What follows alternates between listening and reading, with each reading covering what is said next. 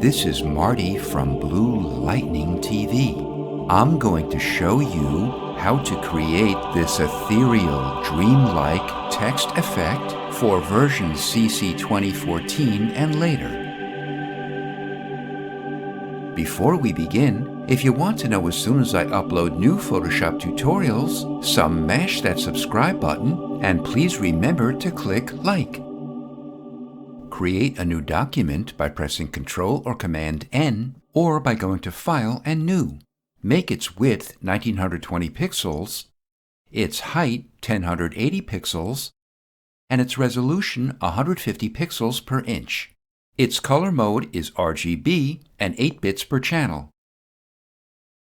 If the color box isn't white, open the Background Contents list and click White. To fill your canvas with the document, press Ctrl or Command 0, or you can go to the bottom left corner of your screen and type in a percentage. Open your horizontal type tool and type Picker. Pick a medium to heavy font, which I think looks best for this effect. I'll make its size 220 points. However, feel free to adjust its size based on the font you're using and the number of characters in your text. Make the aliasing smooth and center alignment.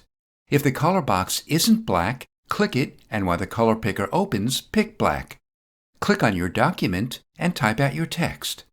If you want to adjust the spacing between two characters, known as kerning, click between those characters and press Alt or Option and the left or right arrow key on your keyboard. To reposition your text, go to the left or right of it and drag it so your text is approximately centered on your document. To accept it, click the check mark at the top. We'll convert it into a smart object so we can modify it non-destructively and replace it with different text without having to redo the effects. To do this, click the icon at the upper right of the Layers panel and click Convert to Smart Object. Go to Filter, Blur Gallery, and Field Blur. With Field Blur, we can build multiple blurs over various areas of our text. In the center is the blur pin. By clicking the pin and dragging the blur handle, we can increase or decrease the blur.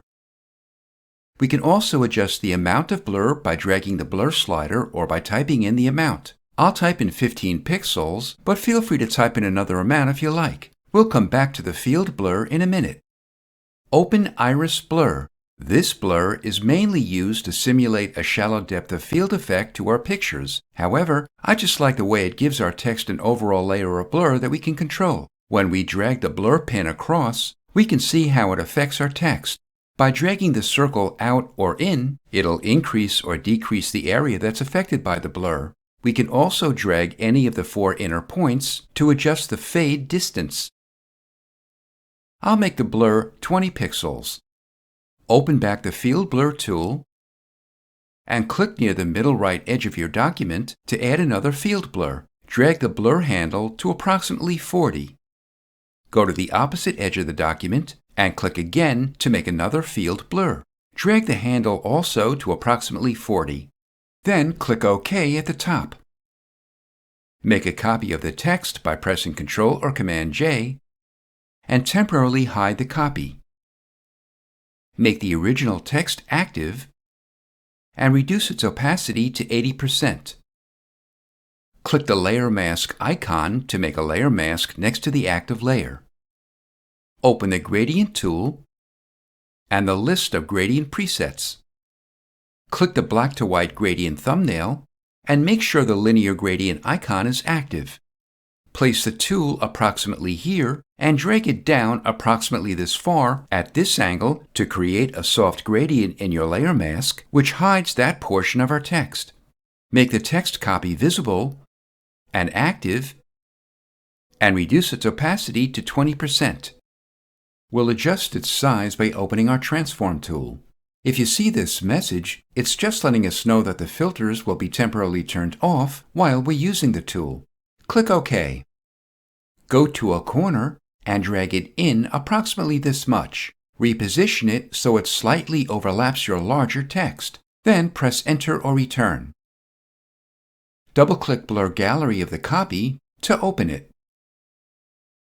Click the middle field blur and drag it over approximately this much. Make the blur 10 pixels. Open Iris Blur. Drag the middle blur over and drag the circle out to blur more of our text. Reduce the blur size to 6 pixels. Drag the inner pins out a little and click OK at the top. Make a copy of the active layer and make its opacity 60%. Open the Transform tool and click OK. Drag your text up and over and reduce its size. Overlap it this much and press Enter or Return. Double-click Blur Gallery. Open Field Blur and adjust the 3 blurs until you like the look of your text.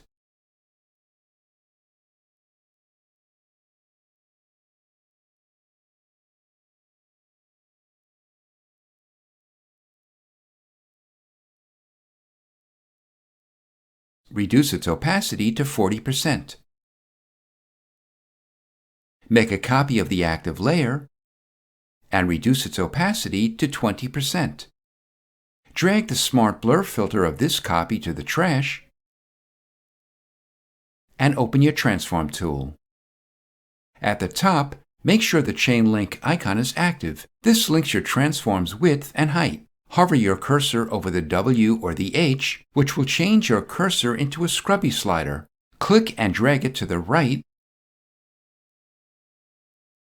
and position it until the size of your text is a bit smaller than the height of your document. Go to Filter, Blur, and Radial Blur. Make the amount 10, the blur method Spin, and the quality Draft. Go back to Filter, Blur, and Gaussian Blur. Blur it 10 pixels. Next, we'll add color to our image. Make a new layer. Open your Brush tool and Brush Picker. Pick a soft, round brush. We'll adjust its size in a moment. Make its hardness 0% and its opacity and flow 100%. To make your brush bigger or smaller, make sure the Caps Lock key is off and press the right or left bracket key on your keyboard. I made mine 800 pixels. Place your brush over your image and click. Change its blend mode to overlay. Click the adjustment layer icon and click Solid Color. The color picker will open. Pick a color you like. I already know the color I want, so I'll type it into the hexadecimal field. Once you pick your color, click OK or press Enter or Return. We want to restrict the color to just inside our brush shape. To do this, we have to make the adjustment layer into a clipping mask. Place your cursor between the 2 layers and press and hold Alt or Option. When you see the clipping mask icon, just click. Another way to make it into a clipping mask is to go to Layer and create Clipping Mask. If you want to reposition the color, make the brush layer active and press V to open your Move tool. Make sure Auto Select is not checked. This will prevent other layers from moving when we drag the color.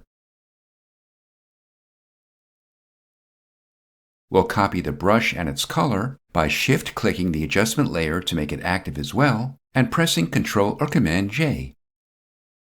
Make the brush layer copy active, and open your Transform tool. Drag the brush copy to another location, and feel free to resize it. Next, we'll flare out our image, and then add noise to it.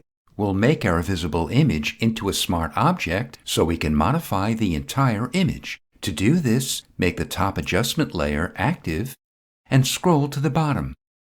Shift-click the background layer to make all the layers active, then convert them all into one smart object.